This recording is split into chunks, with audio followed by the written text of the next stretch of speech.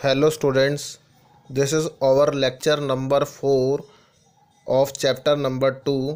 तो इस लेक्चर में हमें एक डेरिवेशन करनी है electric potential due to general point of dipole. तो इसका कहने का मतलब है कि ये अगर माइनस चार्ज है, ये एक प्लस चार्ज है और ये पॉइंट O है, तो हमें पता है यहाँ से यहाँ तक का डिस्टेंस L होगा, यहाँ तक का भी L होगा। तो ना वो कह रहे हैं ना वो एक्स एक्सिस पर है ना वो वाई एक्सिस पे। वाई एक्सिस मतलब इक्वेटोरियल होता है, एक्स एक्सिस मतलब एक्सियल होता है। ये एक एट एनी पॉइंट है P।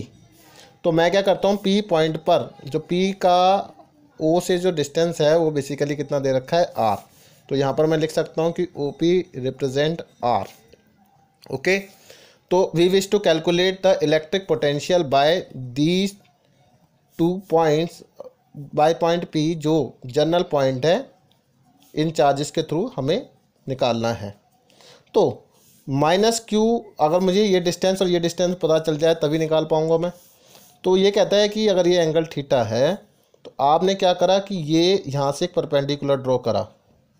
अगर आप परपेंडिकुलर ड्रॉ कर देते हैं तो कहता है ये वाली साइड, तो इस पॉइंट को मैं रिप्रेजेंट कर देता हूँ BC, यहाँ पर पॉइंट A बना देते हैं, ये पॉइंट C बन गया।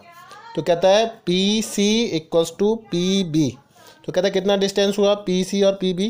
अगर मैंने यहाँ पे स्मॉल एंगल के लिए मैंने यहाँ पर परपेंडिकुलर ड्रॉ कर दिया तो ये वाली साइड PC PB की बराबर बन जाती है। कहता है कितना हो गया ये, कहता है R में से अगर ये थीटा है तो बेसिकली ये वाला पार्ट कुछ होगा, तो ये तो L है ही, तो ये वाला पार्ट होगा L cos थीटा और ये वाला पार्ट होगा L sin थीटा। कॉम्पोनेंट्स बन जाएंगे, ठीक है, आपको कॉम्पोनेंट्स बनाने भी आते हैं। तो ये L cos थीटा हो गया, तो इतना पार्ट कितना हो गया, R minus L cos theta. तो बेसिकली ये वाली साइड कितनी हो गई, R minus L cos theta. तो मेरे पास ये कितना आ गया, R minus L cos theta.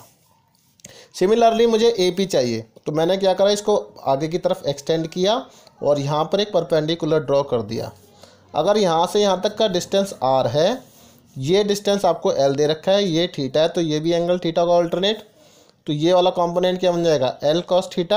आपको पता है OP जो गिवन था वो R था, इसमें ये और ऐड कर दिया, इस पॉइंट का नाम PD। तो ये PD जो है वो AP की बराबर माना जाएगा। PD जो पूरा डिस्टेंस है वो AP की बराबर है। वो किसकी बराबर है, ये तो R है, ये L cos थीटा, तो ये कितना बन गया, R plus L cos theta बन गया। तो ये हो गया R plus L cos of theta. अब देखिए मेरे पास ये साइड आ गई है, ये साइड भी आ गई है। अब मैं इलेक्ट्रिक पोटेंशियल निकाल लेता हूँ। तो प्लस चार्ज के थ्रू मेरे पास कुछ इलेक्ट्रिक पोटेंशियल निकलेगा, वो कितना होगा, K प्लस वाला Q लगा देंगे, यहाँ पर चार्ज रिप्रेजेंट कर देंगे, और प्लस के थ्रू कितना हमारे पास डिस्टेंस है, R plus L cos theta. Similarly minus charge के थ्रू कितना हो जाएगा, माइनस KQ, ठीक है, और R माइनस ऑफ यहाँ प्लस चार्ज है ना, तो प्लस चार्ज के थ्रू कितना था, R minus L cos theta था। माइनस चार्ज के थ्रू कितना था, माइनस चार्ज के थ्रू कितना है, R plus L cos theta, ठीक है। तो इस बात को ध्यान में रखेंगे और ऐसे ही हमें total electric potential P point का मिल जाएगा। प्लस Q और माइनस Q को हम ऐड कर देंगे। तो यहाँ पर मैं वैल्यू जिस टाइम रिप्रेजेंट करूँगा तो KQ R minus L cos theta minus KQ R plus L cos theta आ जाएगा, ठीक है। तो इसको सॉल्व करने के बाद जैसा कि मैंने यहाँ पर दिखा रखा है, प्लस चार्ज के थ्रू इतना हो जाएगा, माइनस चार्ज के थ्रू इतना आ जाएगा, दोनों को ऐड कर देंगे। तो यहाँ पर KQ आ गया, तो 2L cos थीटा ऊपर हो गया, R square minus L square cos theta square cos square theta, ये कैल्शियम हो गया।